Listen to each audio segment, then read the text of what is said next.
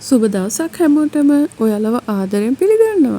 අද මම ගෙනාපු වීඩියෝව ඔයාලා ගොඩක් දෙනා දැනගන්න කැමති කාරණයක් ගැනයි. ඒ තමයි ඔයාගේ කලින් ප්‍රේමවන්තයා හෝ ප්‍රේමවන්තිය දැන් ඔයා ගැන මොනවද හිතන්නේ? එයාගේ දැන් තත්ත්වය මොකක්ද කියන එක ගැන කියන්නයි යන්නේ. එහෙනම් වෙනද වගේම කරන්න තියෙන්නේ මේ තියෙන පින්තූර තුනෙන් ඔයාගේ හිතට වඩාත්ම දැනෙන පින්තූරේ තෝරගෙන ඔයාට අදාළ විස්තරය බලන්නයි තියෙන්නේ. එහෙනම් පටන් ගමු.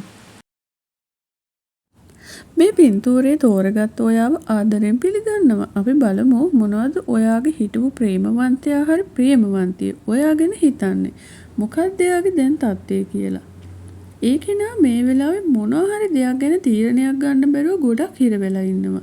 එයාගේ පදිංචිය වෙනස් කරන්න, ජීවන රටාව වෙනස් කරන්න, එහෙම නැත්නම් රැකියාව වෙනස් කරන්න වගේ මොනවා හරි දෙයකට හරි තීරණයක් ගන්න බැරුව එයා හිර වෙලා ඉන්නවා. ඒ කෙනා ඔයාලා අතර සිදුවුණු දේවල් ගැන ඕනෙවට වඩා හිතනවා. වෙලාවකට එයා දුක් වෙනවා. තවත් වෙලාවකට ඔයාලා අතර වුණු හොඳ දේවල් ගැන මතක් කර කර ඉන්නවා. එයාගේ මනස මේ වෙලාවේ ගොඩක් නොසන්සුන්. එයා ඒ වුණාට මේ වෙලාවේ කැමති තනිකඩ වෙන්නයි. ඔයා ගැන සිතට එන හැම වෙලාවකම ඒ සිතවිල්ලෙන් මිදෙන්න එයා ගොඩක් උත්සාහ කරනවා. ඔයාව තවත් එක මතකයක් පමණක් කරගන්න එයා ගොඩක් උත්සාහ කරනවා. මේ පින්තූරේ තෝරගත් ඔයාව ආදරෙන් පිළිගන්නවා. අපි බලමු ඔයාගේ හිටපු ප්‍රේමවන්තයා හරි ප්‍රේමවන්තිය මොනවද ඔයා ගැන හිතන්නේ? ඒ වගේම දැන් එයාගේ තත්ත්වය මොකක්ද කියලා.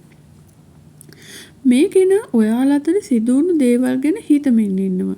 එයා තාමත් ඔයා දිහා බලාගෙන ඔයා මොකද කරන්නේ? ඔයා කොහෙද යන්නේ? ඔයා කාවද ආශ්‍රය කරන්නේ කියලා නිතරම සෝදිසි කර කර ඉන්නවා. ඔයාව සමාජ මාධ්‍ය හරහා පරීක්ෂා කරනවා. ඔයා ගැන දන්න අයගෙන් ඔයාගේ විස්තර හොයනවා.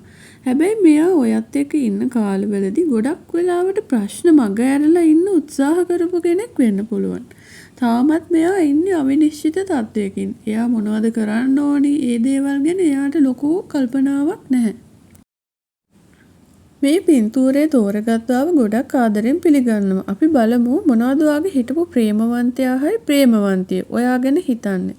දැන් එයාගේ තත්ත්වය මොකක්ද කියලා.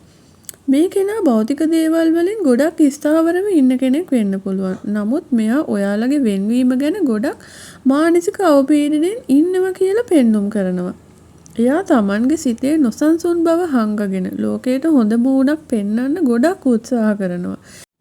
නමුත් එයාගේ හිත ඇතුලේ ගොඩක් පීඩාකාරී බවක් තියෙන්නේ. ඔයාව තාමත් එයාගේ හිතේ තියාගෙන ඉන්නවා. මෙයා ඔයත් එක්ක ඉද්දි ඔයාව ගොඩක් පාලනය කරන්න උත්සාහ කරපු කෙනෙක් වෙන්න පුළුවන්. නමුත් එයාගේ හිතේ ඔයා ගැන ලොකු ඊර්ෂ්‍යාසහගත හැඟීමකුත් තියෙනවා. ඔයා වෙනත් කෙනෙක් සමග දකින්න මේ කෙනා ගොඩක් අකමැති.